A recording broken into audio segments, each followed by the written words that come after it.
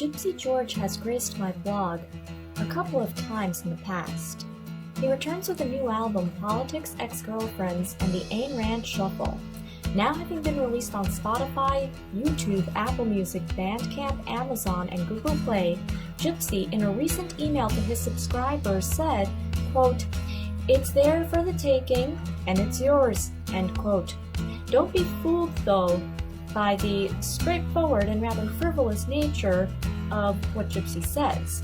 This troubadour and businessman hesitated sending out an announcement about this new record as it released during a very strange time. Yes, I'm talking about the time that the coronavirus, over the last few weeks, seems to have floated right into the forefront of all of our lives.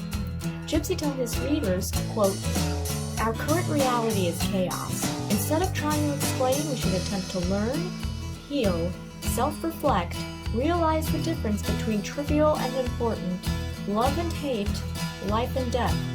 Our current ether is manufactured by the unknown. Rather than focus on that, I challenge everyone, including myself, to grab hold of what we can and convert it into a motto I have used for many a moment, controlled chaos," end quote. This is the first time I am doing a recorded webinar interview with an artist on Music Historian. I hope you enjoy my conversation with Gypsy George.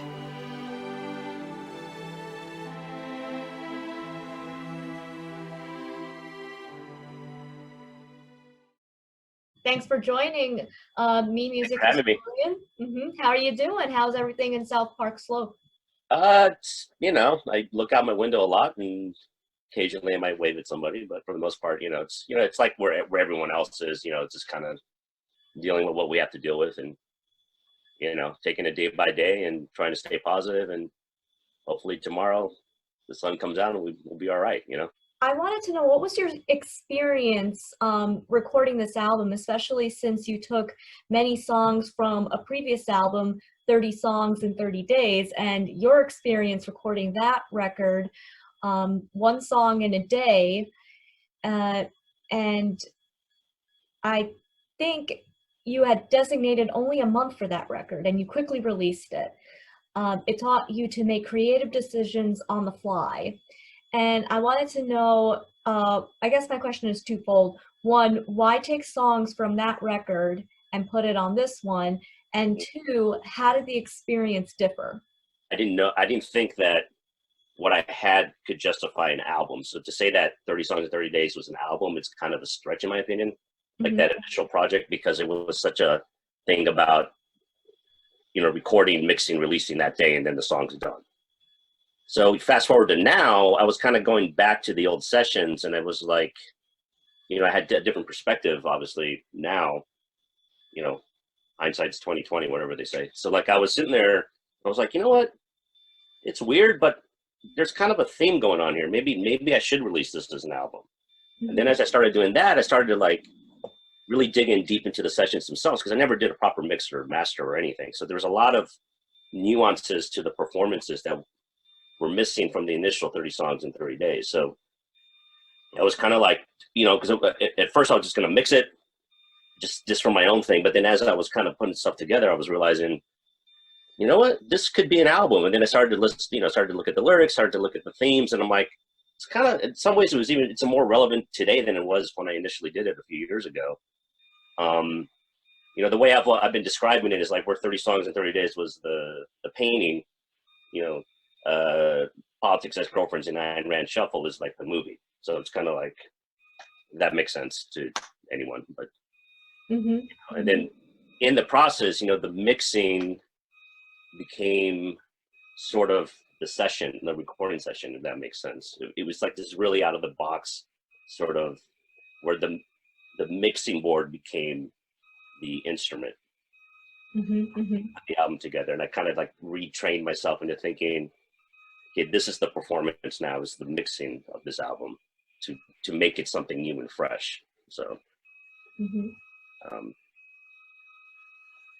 Yeah, the song that I listened to, "Sweeping Up the Floor," you recorded with That Moon.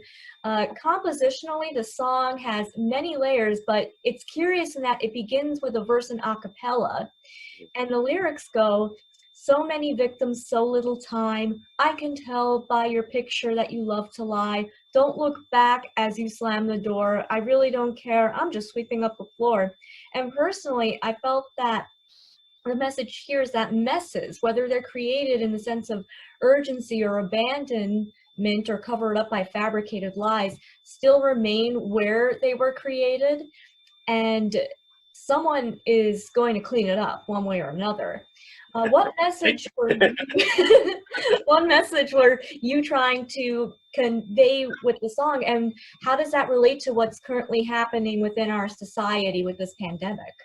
Yeah, I mean, it's interesting because, you know, I wrote that song. I was, I think, 20 in college, just living in Chicago still, and I wrote it after like this horrible breakup. And then, like, when you initially had, you know, told me about listening to the song and your interpretation of it, I was like, you know, that's kind of awesome because like you saw it in a totally different light and you relate it to what's currently going on. And I was like, so it started to make me rethink it too, which is awesome. You know, that's the beautiful thing about like writing songs, and then it, you know, and the thing I like about writing songs is like, yeah, I have personal elements with it, but ultimately it's up to the listener to figure out how it relates to them and what they think about it. You know, and that's why. So the whole concept of sweeping up the floor. You know, we're living in a time. You know, when I initially wrote it, it was about, like I said, a bad breakup. But now, if you take it into context of what's going on here, it's like, okay, we've got this massive hysteria going on here. You know, people don't know when we're going to go back outside and be quote unquote normal and all these things. So rather than focus on that, it's kind of like, okay, well, you know what? We got a problem. Let's deal with it head on, and then, you know, like sweep it up under the floor. You know, it's kind of like, you know, we understand. I mean, you know, we're all fairly intelligent human beings. I mean, we understand that there's stuff going on. You know, whether it's politically, whether it's health wise, whatever the situation is. So it's like, rather than, you know, we can sit there, we can hashtag, we can post, we can do all this other crap, or just like deal with it, man, and like get a broom and wake up tomorrow and have a good time, you know? Like, why not? I want to keep that sentiment in mind because I noticed that you tend to get really political sometimes on this record. And one song, there's another track called Charlton Heston. I actually looked him up, and he was a very prominent actor in the 1950s and heavily involved. He was, I think, the founder of the National Rifle Association. He wasn't a founder, but he was he kind of pushed it into the new era of the NRA. He was the president of it. Like, I mean, historically, the NRA started as a gun safety organization. It wasn't anything near what it is now. And in about 77, 78, a bunch of radicals infiltrated, and they started pushing the Second Amendment thing. And then by the 80s, Charlton Heston kind of took over as the spokesperson, you know, from like there's a famous video, if you have a chance to look at it, of him holding a rifle saying, "From my cold dead hands." Like, oh wait, is this the one that was shared in Bowling for Columbine? yeah, absolutely, yeah. Okay, I've seen that. Yeah, and it's like, you know, from road tripping throughout the years, throughout the country, you know, I've come across a lot of militia groups and a lot of, you know, look, I'm not saying, you know, take away your guns or whatever. I mean, you know, you have a right to things, but, you know, freedom is responsibility. So like, it's one thing if you're going out hunting or shooting skeet or going to the gun range. It's another thing when you like have AK-47s because you think the government's going to come take your guns away. It's like, you know, and then, so it's always been a passionate like subject for me. And I kind of, Charlton Heston was like a good, like symbolic point, you know, because it's also like in the song lyrically, there's a meshing of these kind of gun nuts mixed in with Christianity in some bizarre, how Jesus, who's like this very like peaceful, like let's feed the homeless kind of person, somehow is a gun advocate and wants to shoot AK-47s. I don't know, maybe. Oh man, I'm having a tough time bridging that connection. felt like a liveliness to the order that they were in. Before Charlton Heston, there were a series of songs which stand out for me, and they include Dreamland Bunny, where the drums seem to get a lot of attention. They are in the front along with the voice singing an unaccompanied melody. The song feels like a monologue. And then the next song which you have is August Nights. And unlike Dreamland Bunny, this is more of a traditional troubadour song with the guitar accompaniment, which is very melodic, and moments of violin music over lyrics that paint a picture of a sweet romantic outing in Brooklyn during the summer. And I wondered, like, through the blocks of these three tracks, listeners get a feel of the politics, the ex-girlfriends. And did you do that on purpose? Because I'm thinking about it musically. I'm not even thinking about it thematically or lyrically. But, you know, with all that said, it's, you know, I went through many, many different running orders of the record because, you know, to put 30 songs together with various styles and then to make sense out of it was like, it was a lot of, I mean, it took me months to actually finally, I always knew what the first song was going to be and the last song. The first song being Who Knew My Love Would Be You, the last song being Autumn Girl. Everything else in the middle was like, I don't know. Like, now with August Nights, it's funny because, you know, I wrote, again, it's another one of those things of, you know, how you as the listeners are reacting to the song. Because that song I actually wrote about a summer day in Manitowoc, Wisconsin. It wasn't about Brooklyn at all. Oh, okay. Which is great, but it's also, that's another great thing because you connected it to Brooklyn. Like it could, that's, you know, that's the beauty of it. It's like, it was my personal experience in Manitowoc, Wisconsin. And in August, it was literally August of whatever year it was in Manitowoc, and you put it, you know, you saw it as a summer day in Brooklyn. I'm like, yeah, why not? You know, the sentiment's the same. Doesn't matter where you're at. So, another theme in the record is the Ayn Rand Shuffle, and I think you might have made a reference to this in the song Atlas Shrugs, which is also named after the novel that the Russian-American writer and philosopher Ayn Rand wrote. And how did Ayn Rand and her book Atlas Shrugs inspire you to write a song and include it on this record? That like song actually initially began as a hip hop beat that I had recorded separately, like the music and all that, and then that never came to fruition. And I had in my journal like written down this sort of stream of conscious thing about just like a political rant. And I kind of was one day in the studio, I was listening to the beat. I kind of looked at my journal and I was like, all right, I think this could fit.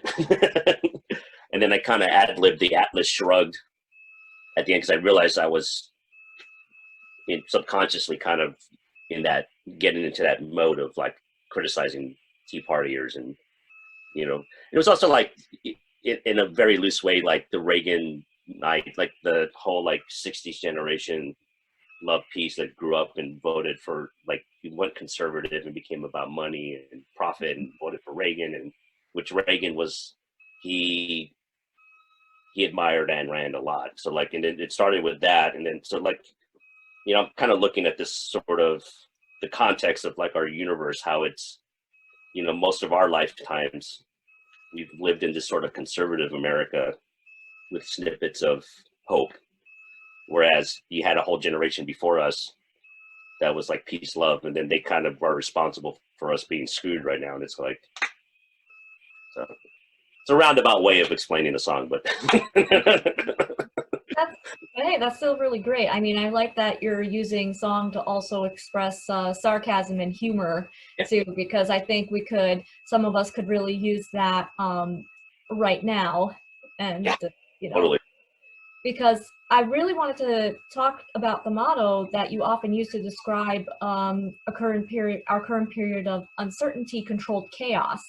Mhm. Obviously, chaos is defined as an abrupt, unprecedented change in circumstances, and some individuals, they experience chaos on a regular basis.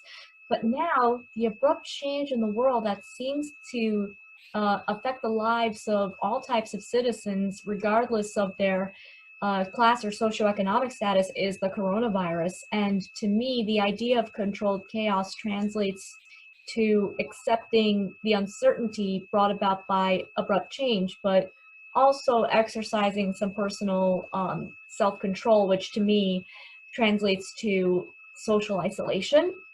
Mhm. But in the present moment, with all that is happening and continues to unfold in regards to cases and stricter social distancing measures, and now plans about reopening the economy, it's going to uh, it's not as simple as a process as many of us would have hoped it would be. Has this motto taken a new meaning? Entire universe is chaos. Everything is nonlinear. Everything is kind of this randomness that we kind of find ways to put into compartments and make into our lives. Mhm. So before the whole COVID thing and all that, I think it's maybe the word chaos in the literal sense is a little more in your face because of the situation. But I mean, overall, to me, it's like it's no, in a bigger sense, it's no different than any other day because it's just another problem we got to deal with. Mhm. Mhm. And we just got to deal with it, just because I was actually having this conversation with a friend of mine the other day, like, and she was asking, do you think we're going to go back to normal? I'm like, well, no, because what is normal? What does that even mean? What I mean, does it the mean? minute the minute this happened, everything changed. So even if you can go back to your favorite restaurant, it's still, you still have this weight of this experience, and that's never going to go away. Mhm. So it's not that. So normal to me, it's like the controlled chaos notion is like it's just everything is constantly in flux, and you just have to adjust to that flux. Mhm. How Mhm. you handle it is how you. That's where the controlled like chaos is there, but the controlled aspect of it is how you handle the situations head on. Yeah, because I'm wondering, with personal responsibilities such as doing our part too, um, quarantining is a big everyone's doing it right now, or everybody should be doing it. I must I mean, say, some states. I mean, I don't know if you saw the news today, but some states are moving to reopen, like big, like Georgia. I heard that. Yeah, in Georgia. Yeah, But I think, go ahead. well, no, I'm sitting here shaking my head because I don't know if it's because of being in New York and in the city in particular, and just the reality of this thing every day that I'm around. Like sometimes I wonder if the rest of the country really understands that if you go outside and you do this too prematurely, you are gonna die. Well, that's exactly what the governor is worried about. I watch his briefings every day, and he wants the economy to reopen. It's not that he doesn't, but he's worried about that second wave. And because the first wave of cases that we had, it was just terrible. He's worried that if they reopen too prematurely, they will experience the same thing. And some other countries like Singapore, they did experience a huge hike in the second wave. And a little tangent. I came from a webinar looking at markets fluctuating during COVID-19. And there are some industries where there are going to be companies which are not going to come back, and people will have to find new lines of work too. I mean, there's a couple of places in my neighborhood that more than likely they're shut down forever. I mean, I was reading some. So I'm pretty tight. I'm pretty tight in the neighborhood here in the community. I've you know between the South Brooklyn Shakespeare that we did. I've done some work with the Fifth Avenue Bid, which is an organization that helps promote and support all the local businesses and on Fifth Avenue, basically from Barclays Center all the way down to my neighborhood. Oh, nice. So I've been keeping in contact with them in general and just seeing because I'm friends with Mark who runs it, and he's having a tough go at it because he's trying to make sure that these places will reopen, and some of them we're talking about places. Some of these places have been around for 20, 30 years at least, if not longer. It's not like so we'll see. I mean, that's the thing. We don't know. Like, and it's weird because we live in a country that has the resources to make sure these businesses don't shut down. Yeah. But the structure of the system is so corrupt. I mean, I was looking at the small business loans that were happening, right, with the stimulus package. Uh-huh. Most of it went to big corporations, like that we would consider it, but because they said it, so they defined small businesses as 500 or less employees. Most of the mom and pop joints didn't get any of the money. I did have some insight, but go ahead and finish what. Well, like I mean, I know that Shake Shack gave their money back, fine, 10 million. But like Ruth's Chris Steakhouse, they got two separate because 10 million is the cap, so they got two separate $10 million loans. Huh. Like it's like everyone, there was also within the package, about 40,000 people who qualify as multimillionaires are getting up to 1.6 or 1.7 million dollars. Yeah, everyone else getting the 1,200. And I'm not like, look, I'm not saying like, give us money, but it's like if you're gonna do a package to help not only the citizens but the economy, make it so that it actually will balance the economy and keep it kind of where it needs to stay at before we get into that phase of reopening, etc. You know what I mean? So anyway. Yeah, exactly. I mean, from what I heard, the businesses that were able to get aid, I got some insight from this webinar, the businesses that were able to get proper aid were the ones who actually had a good relationship with their community banks. And now there are some small businesses like, many restaurants and cafes, even in New York City, that perhaps did not have access to commercial loans. And because of that, they might have missed out, like unintentionally missed out on some possible. Well, that's what I'm saying. It was like there was a first come, first serve sort of situation. That's why the Democrats are trying to put together another package, because it really, like proportionally, a lot of the money just went to places that really didn't need it. Like, yeah. I mean, Ruth's Chris had, I think, 46 million in stashed away for this, like they could actually pay their employees out of their own reserve. They were like, oh no, we need the loan. It's like, I'm not saying like, run your business the way you're going to run your business, but like, I mean, I everyone that I know in this neighborhood are mom and pop joints. No one's corporate. Of course. And literally that family running that joint, and that's it. So it's like, and some of them have been fortunate that they have a landlord that's saying, hey, you don't have to pay me rent. Other landlords are like, I got to pay my mortgage too. You got to pay me. So, and the whole reason for the stimulus package was to avoid that. And if it's like, yeah, you're right. I mean, the banking thing, yeah. I mean, the community banks, percentage-wise, were giving out loans way quicker than like the Chases, Bank of Americas, and all that. But with that said, when you look at the breakdown of the amount of money that was loaned out, most of that 350 billion went to huge organizations that were small businesses. And that's where I'm like, it kind of the purpose of what the whole thing was supposed to be about, right? I mean, it does. And that's the, I think that's also a reality of our democracy that we live in too, is that as long as you are a business under 500 people, it doesn't matter if you're making like millions of dollars a year compared to a business with the same amount of employees making, I don't know, I'll give you a random number, like 100,000 a year. It depends on first come, first serve. It depends on a lot of other circumstantial factors, and it doesn't always seem fair.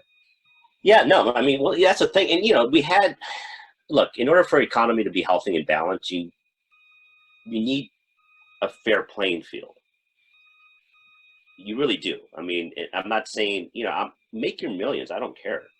But if you're making your millions by taking away from something else, then you're not playing. It's not a fair thing. And in this whole, because, the way that deregulation has happened in the last 20 years, it's mind-blowing to me. And everyone's like, well, a lot of the uber conservatives are supporting deregulation because it's like the government can't take away whatever, this, that, and the other. But, you know, also these big companies are not paying any taxes. That's true. That's true. They're not. The effective tax rate, corporate tax rate when Reagan became president was 70%. I think by the time it was towards the end of his first term, maybe second term, I think it went down to 23% in just that 3-year period. And then now it's like virtually zero because of the way they can work the system. You know, what I mean? It's like, I mean, Amazon has not paid taxes in years. I know. Amazon It's doesn't. a billion-dollar corporation. It's like, I know. Well, even if it's like a small little amount, we're not even saying like we'll give you the low tax rate, man, but like pay something. Speaking of businesses that are currently still there and residents currently still around the South Park Slope area, you have met many amazing musicians by performing at places such as Freddy's and even Roots Cafe. And those businesses now, they're obviously closed due to the coronavirus. And while we are safe, the owners of those businesses, I think they've also lost their sense of economic stability, and many fans of music performances there are left without that social connection and interaction, obviously, naturally. What has your response been, or what have your friends and fellow musicians reactions been? Yeah, I mean, I think we're all still trying to figure it out and seeing where it's going to wind up, because I mean, there's been people doing some like, you know, Facebook, Instagram live events and here and there. You know, there was Freddy's did a few weeks ago. They did like a Freddy's festival, like virtual festival, which was kind of cool. And I think they're going to do another one because I might be involved with that. I don't know what the details are, but so there's that. But it's, you know, it's weird from when you're performing to a screen because you don't have that audience. You know, when I perform live, I always say I perform with the audience. I don't perform to the audience, and I like to, because a lot of my sets are pretty freeform, and I kind of feed off what the audience is doing, and I'll improvise a lot of things. So when you're doing a performance like this, I'd rather just make a record, personally. Makes sense, yeah. You know, it's like, I mean, but it's also like, you know, we're living in a reality now that from a live performance standpoint, at least based on what I've been reading, I mean, we're probably not going to be able to do anything with a decent amount of people gathered until, they're saying until fall of 21 now. That's a long ways away. Yeah, so I mean, for musicians and performers, you know, that's going to be that's a reality we all have to face right now. That it's very possible that we're not going to do any live shows for a solid year.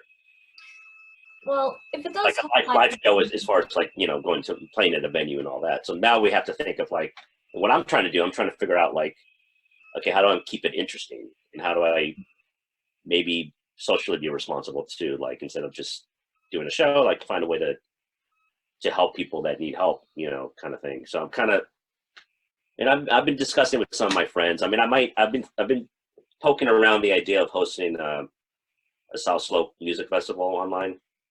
That sounds fantastic. And pulling in people who are not even, like people that I knew from, like Jamie, for instance, who's in Alabama now, but he originally opened up Roots, because you really take advantage of the technology and just kind of bring like anyone who's been part of the South Slope music scene for the last decade, just kind of do like a retrospective of like, you know.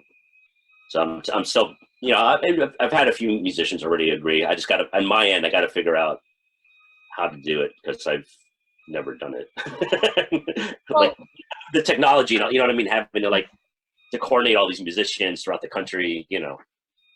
I think that's exciting, George, and I think you should go for it, because I remember for me personally, because I live out in Huntington, Long Island, getting to Park Slope, because I especially didn't know anybody in South Park Slope that I could just crash on the couch with or whatever, and it was tough to enjoy like a full day music festival without making some kind of journey out there. And I think that there is a positive. I think the silver lining with doing the South Park Music Festival completely online is that now people who didn't have that opportunity, Yeah.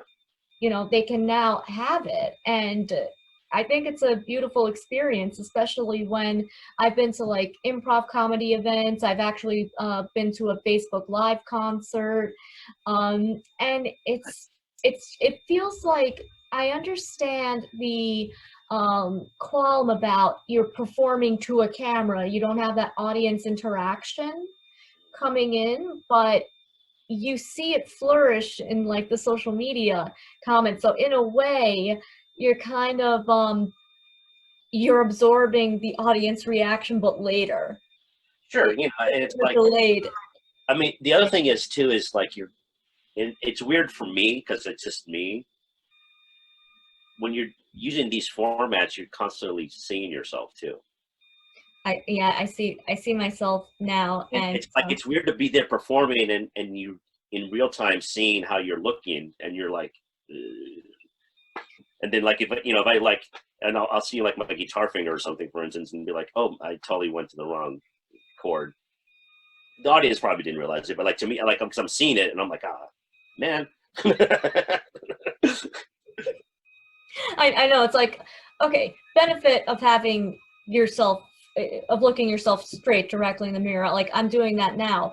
I guess one benefit is you can easily catch on your nuances that you probably wouldn't have noticed before in a performance. The annoying thing is you catch on to nuances you didn't know Sure. before in your performance. Sure. I mean, yeah, you know, it's kind of, I mean, it's just, you know, the way I'm not being critical of it or negative. I mean, it's just more like with anything, it's like, you know, how do we embrace the technology and turn it into something that is a human experience again, as opposed to right now we're in the selfie phase. You know what I mean? Where it's all Mhm. about the individual doing it. Like, I want to see how do we take that and make it a collective, the way you would do for a live event. Like, Mhm.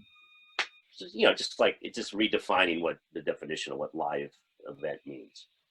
Mhm. You know, and Mhm. how do we make it interesting? And you know, I'm actually thinking another idea I've been bouncing around. A lot of my friends want me to do this. I want to do a night. I'm just going to set up like a Facebook Live, Instagram Live, and it's just going to be. It's called making a mixtape with Gypsy George. Mm. So I still make mixtapes, so I have. It's just going to be me with my records and making a mixtape, and if people want to join in and hang out, That sounds awesome. it's a one shot. I'll Hey, take innovate. requests. Innovate, be creative. I mean, this is the time to do it as Yeah, the economy will eventually reopen, but you want to preoccupy your time like learning a new skill or doing yeah. something out of the ordinary because that's what's going to get you noticed. You want to be relevant, you want to stay relevant.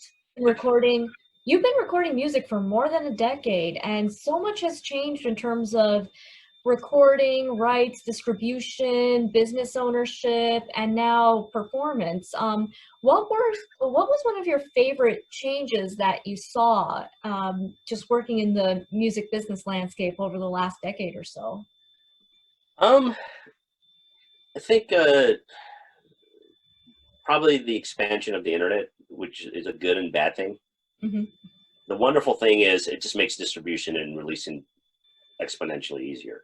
Like I could get off of this right now, record a new song, and have it up by the end of the day. You know, the and it's great. You know, I mean, is it saturated now? Yes, but I don't think that's a bad thing either. I mean, I think what we need to do now that this like decade phase of social media and YouTube and now Spotify, like you have all these like the streaming services and all that. We need to go into the next phase where how do we manage it and find a way for people to discover new music or new content, like because I think the discovery process is a little limiting Hmm. Hmm. because everything is all based on algorithms and hits and likes and that kind of thing, as opposed to it's not really random, even though theoretically it is, but in actuality it isn't. Hmm. Because if you're only getting a few hundred hits versus somebody who's getting a million, that million's always going to pop up before the 300, as opposed to just a random. Like when the internet first started, everything was truly random. Hmm. Hmm. You could just type a search, you know, back in the day of like, before even Google, or like just Yahoo or Yeah. Netscape even.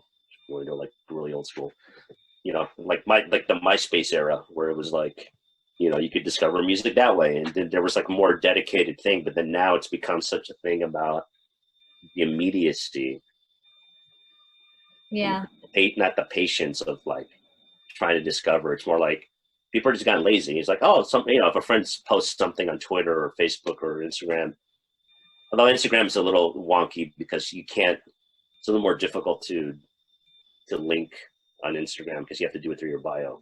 Oh, I see. I see. And unless you're like, unless you pay, unless you're like a business now, you can't just link on the post. You have to like, it's a whole, whereas like Facebook and Twitter, you can put the link and, you know.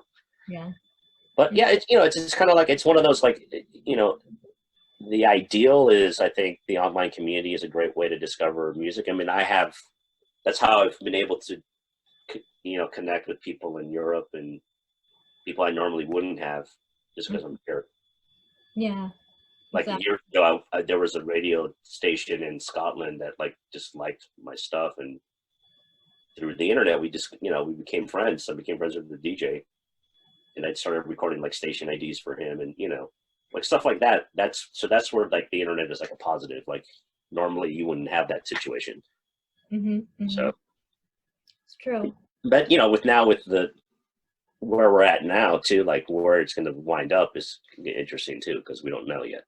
See, you have a business with your dad too, because you mentioned he's a musician, but you also do the olive oil Oh yes, yeah. business with him. Do you see that possibly picking up once the global supply chain is resolved? Yeah, I mean, because you know, the one thing is, I mean, people are getting so used now to home delivery with groceries and all that.